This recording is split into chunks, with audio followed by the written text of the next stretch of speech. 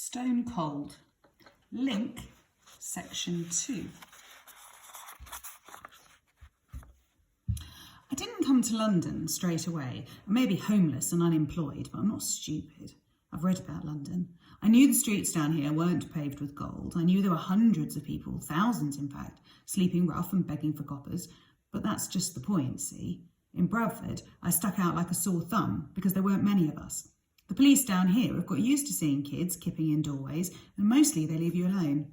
In Bradford, I was getting moved on every hour or so. I was getting no sleep at all, and practically no money. People up there haven't got used to beggars yet. They're embarrassed. They'll make large detours to avoid passing close to you. And if somebody does come within earshot and you ask for change, they always look startled and hurry on by. Also, I kept seeing people I knew, neighbours, guys I'd been at school with. I even saw one of my teachers once. And if you've never been caught begging by someone who you knew before, you can't possibly know how low it makes you feel. I wasn't out every night back then. That was the one good thing about it. Once or twice a week, I'd show up at my sister's for a bath and a meal, a decent night's sleep. Trouble was, I was getting scruffier and scruffier, which happens if you sleep in your clothes. And Chris, Carol's fella, got resentful of my visits. He didn't actually say anything to me, but I could see it in his eyes and hear it in his tone of voice, and I knew that Carol must be catching hell from him every time I'd been there.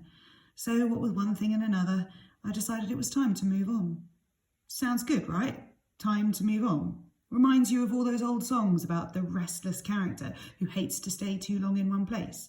He meets a girl who falls in love with him, but after a while he hears the old highway calling, and so he slings his bedroll over his shoulder and moves on, leaving the girl to grieve. Dead romantic, eh? Forget it. Sad is what it is. Sad and scary. You're leaving a place you know and heading into the unknown with nothing to protect you. No money, no prospect of work, no address where folks will make you welcome. You're going to find yourself living among hard, violent people, some of whom are deranged. You're going to be at risk every minute, day and night, especially night.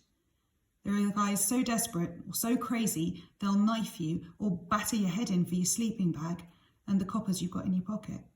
There are some who'll try to get in your sleeping bag with you because you're a nice-looking lad with soft skin and no stubble, and there's nowhere you can run to because nobody cares.